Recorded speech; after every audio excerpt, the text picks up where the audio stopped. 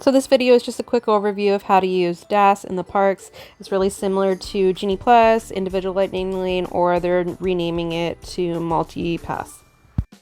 So I don't have DAS, but if you do, you'll have an icon here which you'll click to be able to book rides. So when you click the button, you'll get a list of all the rides that participate in DAS, which is almost all of them. And then it'll tell you the standby wait time, which is how long you will wait outside of the queue for the ride. When you select a ride, you'll get this screen, which you have to push the requested DAS return time to book the ride.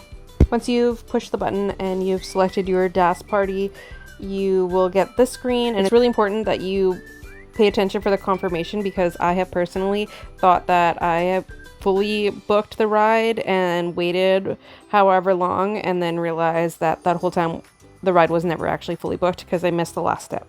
So the last thing you need to know is that if there is a Lightning Lane entrance, that's the entrance that you need to go through with DAS. But if there is no Lightning Lane entrance, then you go to the exit and they will scan you in from there.